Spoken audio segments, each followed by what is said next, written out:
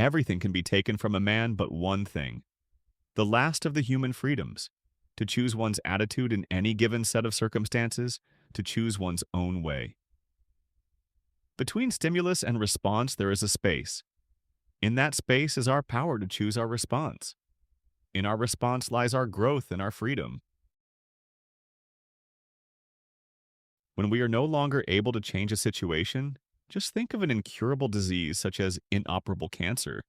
We are challenged to change ourselves. Those who have a why to live can bear with almost any how. There is nothing in the world that would so effectively help one to survive even the worst conditions as the knowledge that there is a meaning in one's life. The more you aim at it and make it a target, the more you are going to miss it. For success, like happiness, cannot be pursued. It must ensue, and it only does so as the unintended side effect of one's personal dedication to a cause greater than oneself. But there was no need to be ashamed of tears, for tears bore witness that a man had the greatest of courage, the courage to suffer. What is to give light must endure burning.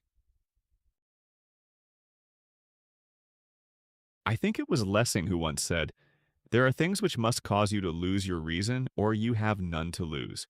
An abnormal reaction to an abnormal situation is normal behavior. Love is the only way to grasp another human being in the innermost core of his personality. No one can become fully aware of the very essence of another human being unless he loves him. He sees that which is potential and enables these potentialities to come true. Ultimately, man should not ask what the meaning of his life is, and instead to think of ourselves as those who are being questioned by life. Life ultimately means taking the responsibility to find the right answer to its problems, and to fulfill the tasks which it constantly sets for each individual. You see, such a suffering has been spared her, and it was you who have spared her this suffering. To be sure, at the price that now you have to survive and mourn her. In some ways, suffering ceases to be suffering at the moment it finds a meaning, such as the meaning of a sacrifice. So live as if you were living already for the second time, and as if you had acted the first time as wrongly as you are about to act now. No man should judge unless he asks himself in absolute honesty whether in a similar situation he might not have done the same. The salvation of man is through love and in love.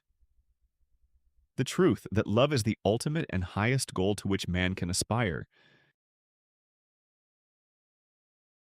A man's suffering is similar to the behavior of a gas. Suffering completely fills the human soul and conscious mind, no matter whether the suffering is great or little. Therefore, the size of human suffering is absolutely relative. Instead of possibilities, I have realities in my past, not only the reality of work done and of love loved, but of sufferings bravely suffered. These sufferings are even the things of which I am most proud. It is the very pursuit of happiness that thwarts happiness. As we see, a human being is not one in pursuit of happiness, but rather in search of a reason to become happy. Last but not least, through actualizing the potential meaning inherent and dormant in a given situation. The more one forgets himself by giving himself to a cause to serve or another person to love, the more human he is. Freedom is in danger of degenerating into mere arbitrariness unless it is lived in terms of responsibleness.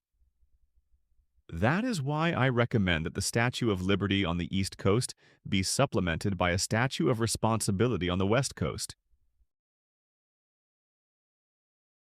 The sort of person the prisoner became was the result of an inner decision, and not the result of camp influences alone. We watched. Some behaved like swine while others behaved like saints. Man does not simply exist but always decides what his existence will be. Human potential at its best is to transform a tragedy into a triumph. Since Auschwitz, we know what man is capable of, and since Hiroshima, we know what is at stake. Human kindness can be found in all groups, even those which as a whole it would be easy to condemn. No one has the right to do wrong, even if wrong has been done to them. Viktor Frankl was an Austrian neurologist, psychiatrist, and Holocaust survivor whose work reshaped modern psychology. After enduring unimaginable suffering in Nazi concentration camps, he developed logotherapy, a philosophy centered on the human search for meaning. His seminal book, Man's Search for Meaning, has inspired millions worldwide. Frankl argued that life's deepest purpose is not pleasure or power, but meaning, even in suffering. He demonstrated that while circumstances can strip away everything, the freedom to choose one's attitude remains. His legacy endures as a profound reminder. Meaning can be found in work, love, and even hardship, and it is this pursuit that gives life its ultimate significance.